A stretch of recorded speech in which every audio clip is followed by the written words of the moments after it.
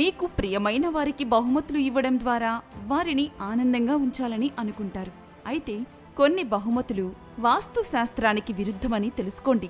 అలాంటి బహుమతులు ఇస్తే దురదృష్టాన్ని కొని తెచ్చుకున్నట్లేనని పండితులు చెబుతున్నారు. ఇవ్వకూడని బహుమతులు ఏమిటో తెలుసుకునే ముందు ఛానల్ సబ్స్క్రైబ్ చేసుకోకపోతే ఖచ్చితంగా సబ్స్క్రైబ్ చేసుకోండి. ఇవ్వకూడని బహుమతుల్లో మొదటిది పదునైన వస్తువులు. కత్తులు వంటి పదునైన వస్తువులను బహుమతిగా ఇవ్వవద్దు. వాస్తు శాస్త్రం ప్రకారం ఇది ఇచ్చేవారితో పాటు స్వీకరించేవారికి హానికరం. కత్తులు, కత్తెరలు, ఇతర పదునైన వస్తువులు దురదృష్టాన్ని తెస్తాయని భావిస్తారు. ఎవరికైనా ఏదైనా పదునైన వస్తువులను బహుమతిగా ఇవ్వడం వలన విపరీతమైన వ్యతిరేక, ప్రతికూల శక్తిని ఉత్పత్తి చేస్తుంది. అది అందుకున్న వారికి దురదృష్టాన్ని తెస్తుంది. రెండోది గడియారం. చాలామంది తరచుగా గడియారాలను బహుమతులుగా ఇస్తారు. గడియారాన్ని బహుమతిగా ఇవ్వడం వల్ల వారి ఆయుర్దానం తగ్గుతుందని పండితులు హెచ్చరిస్తున్నారు.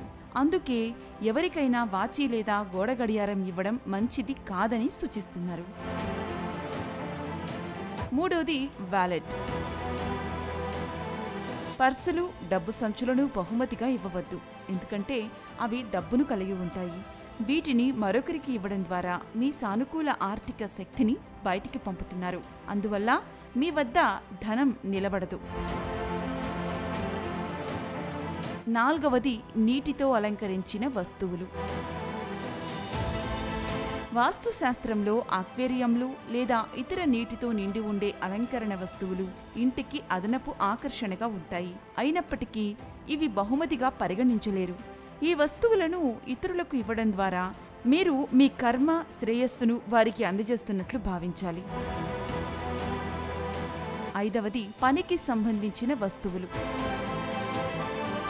వాస్తుశాస్త్రం ప్రకారం పని కోసం ఉపయోగించే స్టేషనరీ వంటి వస్తువులను ఇవ్వడం కూడా సరైనది కాదు. ఇలా చేయడం శ్రేయస్సును వ్యాప్తి చేయకపోగా మీరు బహుమతి ఇచ్చిన వారి వృత్తి జీవితంలో విధ్వంసాన్ని సృష్టించవచ్చు. రచయిత లేదా సృజనాత్మక వృత్తిలో ఉన్నవారికి పెన్నులు, పుస్తకాలు తదితర బహుమతులను ఎప్పుడూ అందించవద్దు. ఇది కూడా మీ శక్తిని ఎదుటి వారికి అప్పగించినట్టవుతుందని పండితులు చెబుతున్నారు.